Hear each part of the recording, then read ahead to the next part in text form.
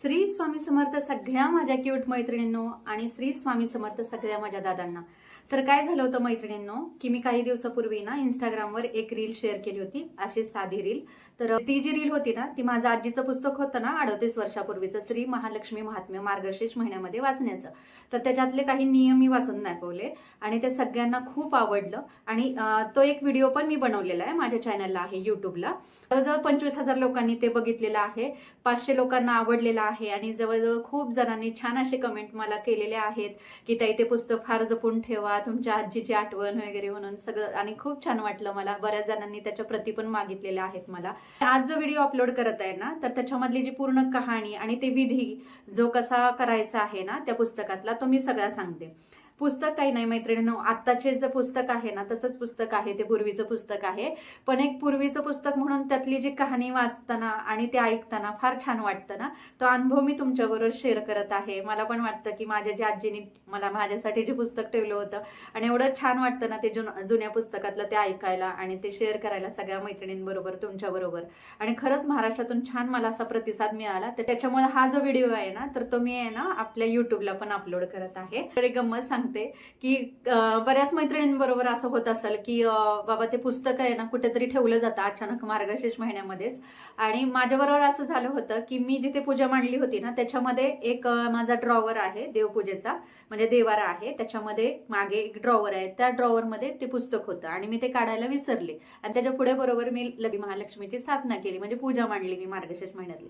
आणि ते काय पुस्तक मला काढताच आलं नाही. आणि मी PDF शोधले, भरपूर गुगलचे PDF शोधले. तिथं मला व्यवस्थित ते मिळाली नाही कहाणी, म्हणजे मिळाली ती अशी थोडीशी अर्धवट मला कहाणी मिळाली. तर मी त्यावेळेसच ठरवलं होतं की खरंच असं मैत्रिणींबरोबर आपल्या होऊ नये बाकीच्या पण, म्हणून मला आहे ना असं ही कहाणी तुमच्याबरोबर शेअर करायची आहे. म्हणजे ही व्रतकथा मला तुम्हाला सगळी वाचून दाखवायची आहे. आणि हा जर व्हिडिओ तुम्हाला आवडला ना तर नक्की चॅनलला लाईक करा, सबस्क्राईब करा आणि अजून मैत्रिणींना हा व्हिडिओ शेअर करा, जेणेकरून होऊ शकतं ना की बाबा तुम्हाला नाही मिळत आहे त्या दिवशी पुस्तक ते, तर तुम्ही आहे ना व्हिडिओ ते बघू शकता माझा हा. आणि भरपूर पुस्तकं आपल्याला आहे ना, आपण गेलो ना कुठे सवाष्ण म्हणून किंवा सुवासिनी भोजनास, त्यावेळेस आपल्याला ते पुस्तक मिळतं, पण ऐन वेळेस आपल्याला ते पुस्तक सापडत नाही. तर त्यांच्यासाठी हा व्हिडिओ आहे. कॉलेजच्या मुली, लहान मुली, त्यांना पण काही काही वेळेला ते पुस्तक मिळत नाही ना वाचनाला, त्यांना पण आवड असते ना. त्याच्यामुळे मी ही कहाणी पूर्णपणे तुम्हाला वाचून दाखवत आहे, जेणेकरून त्या दिवशी आहे ना तुम्हाला ती पूर्ण ऐकायला मिळेल. आणि पौराणिक आहे ना, एकदम 38 वर्षापूर्वीची, आणि त्यामुळे ऐकायला वाचायला पण ती कहाणी छान वाटते. तर हा व्हिडिओ तुम्हाला आवडला ना तर नक्की लाईक करा मैत्रिणींनो. श्री स्वामी समर्थ. श्री महालक्ष्मी स्थापना व पूजाविधी. ही पूजा करण्यासाठी ब्राह्मणांची गरज नाही. आपण ती पूजा मनोभावे करायची आहे. घरात पूर्वाभिमुख किंवा उत्तराभिमुख, म्हणजे देवतेचे तोंड पूर्वेकडे किंवा उत्तरेकडे असावे. याचा अर्थ पूजा करणाऱ्यांची पाठ पश्चिमेकडे किंवा दक्षिणेकडे असावी. स्थापना करावयाची आहे. घरातील जागा शेणाने, शक्य तर गाईच्या शेणाने सारवावी.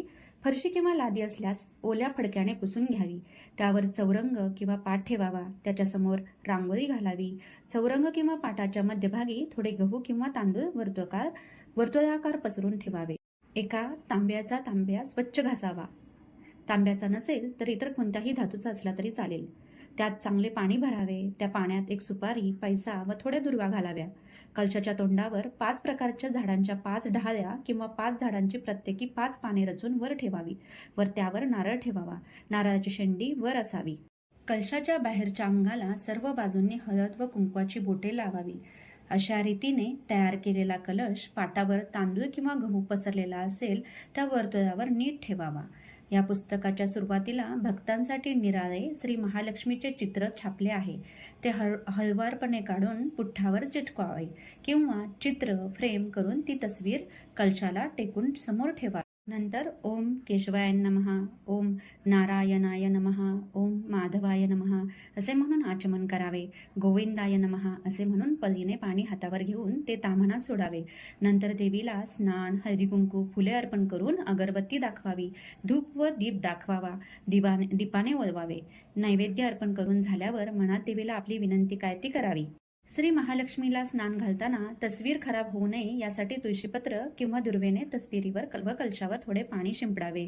पाटावर बसून श्री महालक्ष्मी व्रताची कथा वाचावी व नंतर श्री महालक्ष्मी महात्म्य वाचावे. आपणास वाचता येत नसल्यास किंवा अडचण असल्यास दुसऱ्यांकडून वाचून घेऊन आपण ऐका. नैवेद्य दाखवून झाल्यावर श्री महालक्ष्मी समोर हात जोडून बसावे व या पोथीत शेवटी छापलेले इंद्रदेवाने महालक्ष्मीला म्हटलेले नमनाष्टक भक्तांसाठी खास छापले आहे ते म्हणावे. हे अष्टक म्हणण्यापूर्वी देवीला आपली इच्छा मनात सांगून ती पुरी करण्याची विनंती करावी. नंतर आरती म्हणून निरांजन ओवाळावे. नंतर साष्टांग नमस्कार घालावा. रात्री परत लक्ष्मीची पूजा करून गोड पदार्थाचा महानैवेद्य देवीला दाखवावा. गायीसाठी अन्न काढून ठेवावे व ते तिला द्यावे. त्या दिवशी देता आले नाही तर दुसऱ्या दिवशी नेऊन द्यावे. शहरात ही अडचण येते म्हणून हा पर्याय सांगून ठेवला आहे. नंतर कुटुंबातील इतर सर्व माणसांसह भोजन करावे. दुसऱ्या दिवशी सकाळी स्नान केल्यावर कलशातील डहाळ्या किंवा पाने निरनिराळ्या 5 ठिकाणी ठेवावी. कलशातील पाणी समुद्र, नदी, विहीर, तलावात किंवा तुळशी वृंदावनात ओतावे. नंतर पूजा केलेल्या ठिकाणी हळदी कुंकू 3दा वाहून लक्ष्मीचे स्मरण करून नमस्कार करावा. याप्रमाणे त्या महिन्यातील दर गुरुवारी 8 गुरुवार होईपर्यंत हे पूजन करावे. मार्गशीर्षात पहिल्या गुरुवारपासून ते गुरुवारी हे व्रत करावे. दरवर्षी हे व्रत केल्याने घरात देवी समृद्धी, सुख, समाधान देते. पद्मपुराणात श्री महालक्ष्मीने हे व्रत करणाऱ्यांना मी सुख देईन, समृद्धी करेन असे अभिवचन दिले आहे. काही जण याला केशरी व्रतही म्हणतात. अमुकच रंगाचे वस्त्र नेसले पाहिजे असा नियम नाही. पूजा करताना धुतवस्त्र कटाक्षाने नेसावे. गुरुवार हा श्री भक्तीची उपासना करणाऱ्या श्री दत्तगुरूंचाही दिवस आहे. हेही त्याला महत्व आहे. ओम श्रीम नमः या जपाचा रोज रात्री 1000 जप करीत जावा. त्याने फारच सुखद अनुभव येतात. कुटुंबातील सर्व माणसांनी एकत्र बसून रोज हा जप केल्यास फारच चांगले अनुभव येतात. प्रत्यक्ष अनुभव आपण स्वतः मिळवायचा आहे. ऐकावी भक्तांनो श्री महालक्ष्मी व्रताची कथा, गुरुवारची कहाणी.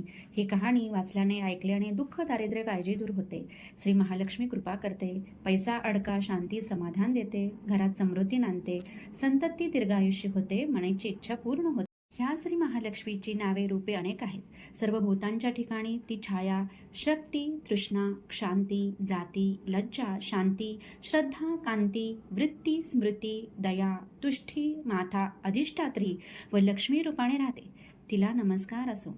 कैलासावर पार्वती, क्षीरसमुद्रात सिंधुकन्या, स्वर्गात महालक्ष्मी, भूलोकी लक्ष्मी, ब्रह्मलोकी सावित्री, गोलोकी राधिका, वृंदावनी रासेश्वरी, चंदमणी चंद्रा, चंपकवणी गिरिजा, पद्मवणी पद्मा, मालतीवणी मालती, कुंदवणी कुंददंती, केतकीवणी सुशीला, कंदबवणी कंदबमाला, राजप्रसादी राजलक्ष्मी आणि घरोघरी गृहलक्ष्मी अशा विविध रूपांनी व नावांनी ही श्री महालक्ष्मी ओळखली जाते. अशा सर्वांच्या परिचयाच्या व सर्वाभूती असलेल्या श्री महालक्ष्मीची ही कहाणी आहे.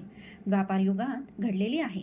एवढेच नव्हे तर भारतभूतील सौराष्ट्र देशात ती घडली आहे. तेथे भद्रश्रवा नावाचा राजा राज्य करी. तो पराक्रमी होता. एवढेच नव्हे तर 4 वेद, 6 शास्त्रे, 18 पुराणे यांचे सम्यक ज्ञान त्याला होते. त्याला सूरजचंद्रिका नावाची राणी होती. राणी देखणी, सुलक्षणी व प्रतिवर्ता होती. त्या दोघांना 8 अपत्ये झाली होती. एकामागून एक असे 7 पुत्र त्यांना झाले. त्यांच्या पाठीवर एक कन्या झाली. कन्येचे नाव ठेवले होते शांबाला. एकदा महालक्ष्मीच्या मनात आले, आपण त्या राजाच्या राजप्रसादी राहावे. त्याने राजा अधिक सुखी होईल व प्रजेला अधिक सुख देईल. गरीबाकडे राहिले तर तो सारी संपत्ती स्वार्थाने स्वतः खाऊन टाकील. म्हणून महालक्ष्मीने वृद्ध ब्राह्मण स्त्रीचे रूप घेतले. तिने हातात काठी घेतली. ती काठी टेकत टेकत सूरचंद्रिका राणीच्या महालाच्या दारासमोर उभी राहिली. म्हातारी असली तरी ती तेजस्वी दिसत होती. तिला पाहताच एक दासी पुढे आली. दासीने वृद्धेच्या नवऱ्याचे नाव, राहण्याचे ठिकाण वगैरे सर्व इत्यंभूत विचारले. वृद्ध ब्राह्मणीचे रूप घेतलेली श्री महालक्ष्मी माता म्हणाली, बाळ, माझं नाव कमला. माझ्या पतीचं नाव भुवनेश. द्वारकेला आम्ही राहतो. तुमची राणी पूर्वजन्मी एका वैश्याची पत्नी होती. तो वैश्य फार दरिद्री होता. रोज त्या दोघांची भांडणे होत. मग नवरा तिला खूप मारझोड करी. या जाचाला त्रासली. ती वैश्य पत्नी कंटाळली आणि ती घर सोडून निघून गेली. राणीवणी उपाशी भटकू लागली. तिची ती दशा बघून मला तिची दया आली. धनसंपत्ती, सुख व समृद्धी देणाऱ्या श्री महालक्ष्मी व्रताची तिला माहिती सांगितली. माझ्या सांगण्याप्रमाणे तिने लक्ष्मी व्रत केले. तिला महालक्ष्मी प्रसन्न झाली. त्यामुळे तिचे दारिद्र्य संपले.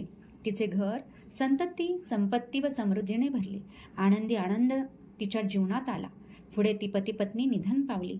लक्ष्मी व्रत केल्यामुळे ती दोघे लक्ष्मी लोकात वैभवात राहिली. जितकी वर्ष श्री महालक्ष्मी व्रत त्यांनी केले तितकी हजारो वर्ष त्यांना सुखोपभोग मिळाले.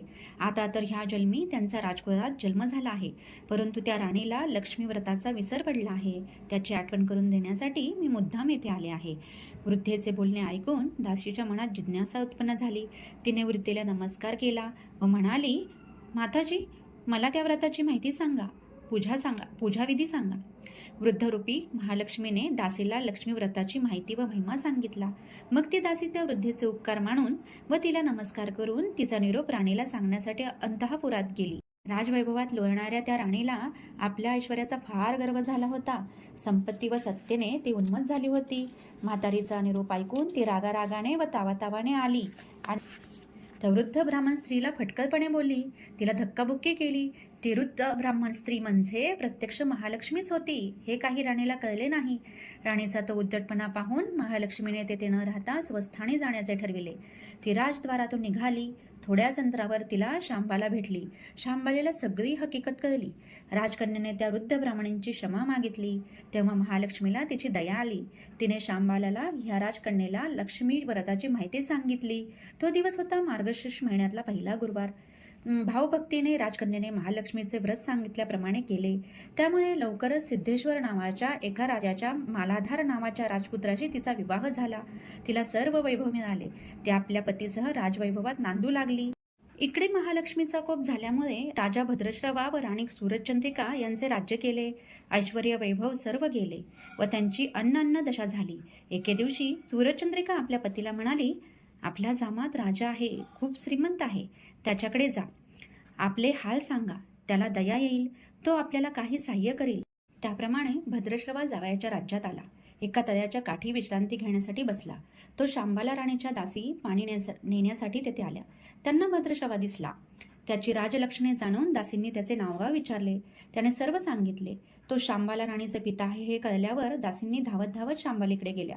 त्यांनी सर्व हकीकत तिला सांगितली. दासीकडून राजवस्त्रे पाठवून शांबाल्याने आपल्या पित्याला मोठ्या थाटामाटाने आपल्या राजवाड्यात आणले. आदर सत्कार केला. नाना पराईचा पाहुणचार केला. तो परत जायला निघाला तेव्हा तिने हंडा भरून धन दिले. भद्रश्रवा घरी आला. सूरजचंद्रिकेला आनंद झाला. तिने हंडा उघडला तर तो काय, हंड्यात द्रव्य नव्हते, कोळसे भरले होते. महालक्ष्मीच्या कृपेने हा चमत्कार घडून आला होता. असे काही दिवस निघून गेले. सूरजचंद्रिका स्वतः आपल्या लेकीच्या घरी गेली. तो दिवस होता मार्गशीर्षातला शेवटचा गुरुवार. शांबल्याने महालक्ष्मी व्रत केले. आईकडूनही करविले.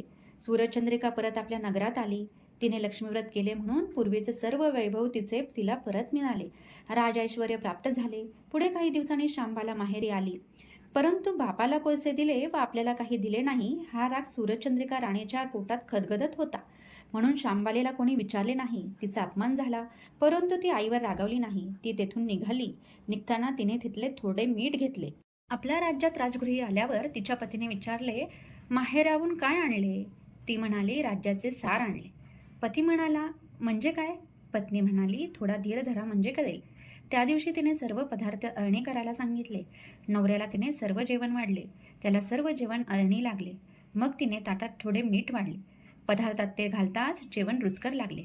हेच ते राज्याचे सार. शांबालेच्या पतीला तिचे म्हणणे पटले.